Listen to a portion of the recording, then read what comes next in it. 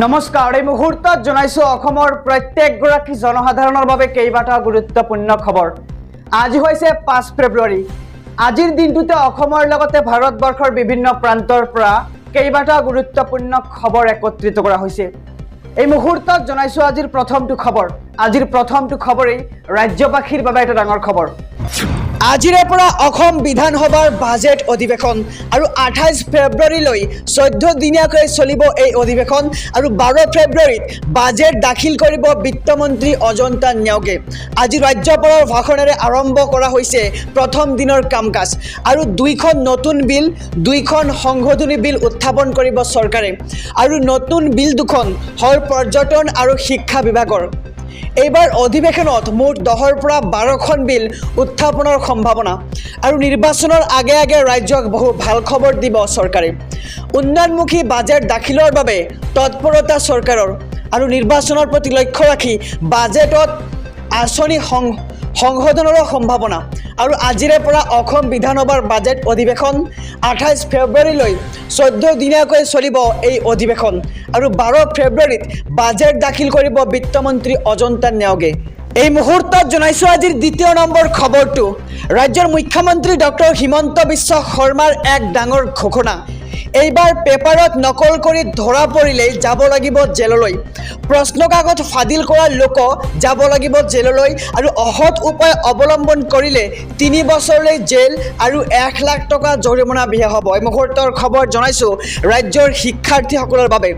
Paper leak কৰিলে 10 বছৰ পৰ্যন্ত জেল আৰু 10 কোটি পৰ্যন্ত জৰিমনা বিহা হ'ব আৰু মুখ্যমন্ত্ৰী হিমন্ত বিশ্ব শৰ্মাৰ এই ডাঙৰ ঘোষণা কৰিছে আৰু পৰীক্ষাত নকল কৰাসকলৰ বিৰুদ্ধে চৰকাৰে আনিব এক কঠোৰ আইন। পেপাৰ লিক কৰাসকলৰ বিৰুদ্ধেও প্ৰযোজ্য হ'ব এই আইন আৰু হিমন্ত বিশ্ব শৰ্মা চৰকাৰে এই ক্ষেত্ৰত হাতত লৈছে এক কঠোৰ পৰিকল্পনা। বিধানসভাত দাখিল দা আসাম এক্সামিনেশ্যন বিধেয়ক আৰু পৰীক্ষাত হোৱা জালিয়াতি আৰু অসৎ উপায় ৰোধৰ চেষ্টা চৰকাৰৰ আৰু এই বিধেয়ক বিধানসভাত গৃহীত হ'লে পৰিণত কৰা হ'ব আইন আৰু এই আইনৰ গোচৰত তদন্ত কৰিব ন্যূনতম DSP পৰ্যায়ৰ বিষয়াই আৰু পৰীক্ষাত নকল কৰি ধৰা পৰিলে যাব লাগিব জেললৈ। এই মুহূৰ্তত জনাইছো আজিৰ তৃতীয় নম্বৰ খবৰটো। অসমবাসীক 5টাকৈ ডাঙৰ গেৰেণ্টি দি গ'ল প্ৰধানমন্ত্ৰী নৰেন্দ্ৰ মোদীয়ে। বিজুলীৰ বিল শূন্য কৰাৰ দিশে আগবাঢ়িছে এতিয়া বিজেপি চৰকাৰ। 1 কোটি পৰিয়ালৰ ঘৰত সৌৰশক্তি যোগান ধৰিব মোদী চৰকাৰে। ছ'লাৰ প্লেট লগোৱাৰ পাছত বিজুলী বিক্ৰী কৰি উপাৰ্জন কৰিব পাৰিব প্ৰতি ঘৰ সাধাৰণ লোকে আৰু 3 লাখ মহিলাক লাখপতি বাইদেউ বনাব বিজেপি চৰকাৰে। অংগনবাদী কৰ্মী, আশা কৰ্মীয়ে 5 লাখ টকালৈকে বিনামূলীয়া চিকিৎসা সেৱা লাভ কৰিব আৰু শীঘ্ৰে কামাখ্যা মন্দিৰক নতুন ৰূপ দি অসমত পৰ্যটকৰ সংখ্যা বৃদ্ধি কৰা হ'ব আৰু অসমবাসীক 5টাকৈ ডাঙৰ গেৰেণ্টি দি গ'ল এবাৰ প্ৰধানমন্ত্ৰী নৰেন্দ্ৰ মোদীয়ে। বিজুলীৰ বিল শূন্য কৰাৰ দিশে আগবাঢ়িছে এতিয়া বিজেপি চৰকাৰ আৰু 1 কোটি পৰিয়ালৰ ঘৰত সৌৰশক্তি যোগান ধৰিব মোদী চৰকাৰে। 29 ফেব্ৰুৱাৰী ডেডলাইন। 3rd গ্ৰেড আৰু 4th গ্ৰেড পৰীক্ষাৰ্থীৰ বাবে বিশেষ খবৰ। নতুনকৈ পঞ্জীয়ন কৰি লওক এমপ্লয়মেণ্ট এক্সচেঞ্জ আৰু অনলাইন যোগে শীঘ্ৰেই আপডেট কৰি ল'বলৈ আহ্বান চৰকাৰৰ। এই মুহূৰ্তৰ খবৰ 3rd গ্ৰেড আৰু 4th গ্ৰেড পৰীক্ষাৰ্থীৰ বাবে যে আপুনি পলম নকৰি আজিয়েই কৰি লওক আপডেট, কিয়নো 29 ফেব্ৰুৱাৰী হৈছে ডেডলাইন আৰু গ্ৰেড 3rd আৰু 4th পৰীক্ষাৰ্থীৰ বাবে বিশেষ খবৰ আহি পৰিছে। আমি খবৰটো আকৌ জনাবলৈ যত্ন কৰিছোঁ যে নতুনকৈ পঞ্জীয়ন কৰি লওক এমপ্লয়মেণ্ট এক্সচেঞ্জখন আৰু অনলাইন যোগে শীঘ্ৰেই আপডেট কৰি ল'বলৈ আহ্বান চৰকাৰৰ। লাখপতি বাইদেউৰ তালিকাত আছেনে আপোনাৰ নাম?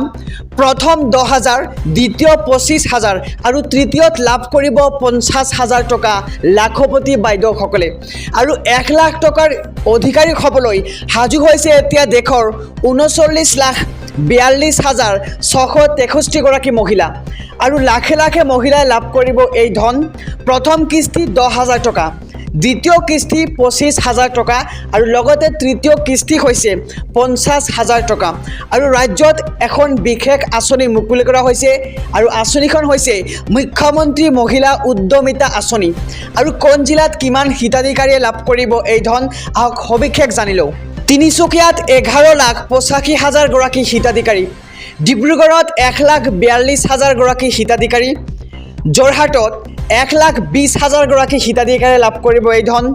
চৰাইদেউত 66,358 গৰাকী হিতাধিকাৰী আৰু শিৱসাগৰত 89,000 গৰাকী হিতাধিকাৰী, মাজুলীত 33,426 গৰাকী হিতাধিকাৰী, লখিমপুৰত 1,63,585 জন হিতাধিকাৰী আৰু ধেমাজিত 1,11,722 গৰাকী হিতাধিকাৰী, কাছাৰত 1,45,000 গৰাকী হিতাধিকাৰী, হাইলাকান্দিত আছে 64,011 গৰাকী হিতাধিকাৰী, কৰিমগঞ্জত 96,771 গৰাকী হিতাধিকাৰী আৰু শোণিতপুৰত 1,54,000 গৰাকী হিতাধিকাৰী, দৰঙত 1,42,777 গৰাকী হিতাধিকাৰী, লগতে নগাঁৱত আছে 2,46,000 গৰাকী হিতাধিকাৰী, কাৰ্বি আংলঙত 86,126 গৰাকী হিতাধিকাৰী আৰু পশ্চিম কাৰ্বি আংলঙত 41,240 গৰাকী হিতাধিকাৰী,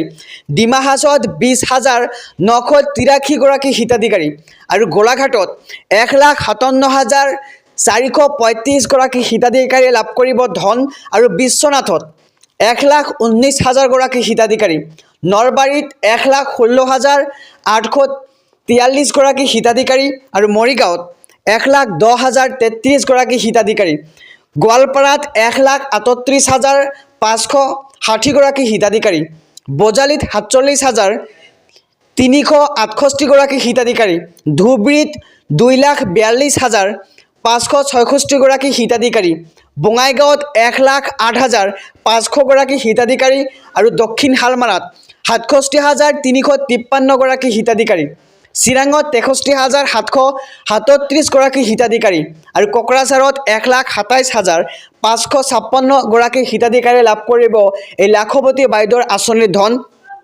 লগতে ওদালগুৰিত 1,37,806 গৰাকী হিতাধিকাৰী আৰু বাক্সাত 1,63,339 গৰাকী হিতাধিকাৰীয়ে লাভ কৰিব ধন আৰু 1 লাখ টকাৰ অধিকাৰী হ'বলৈ সাজু হৈছে দেশৰ 39,42,663 গৰাকী মহিলা আৰু লাখে লাখে লাভ কৰিব মহিলাই ধন।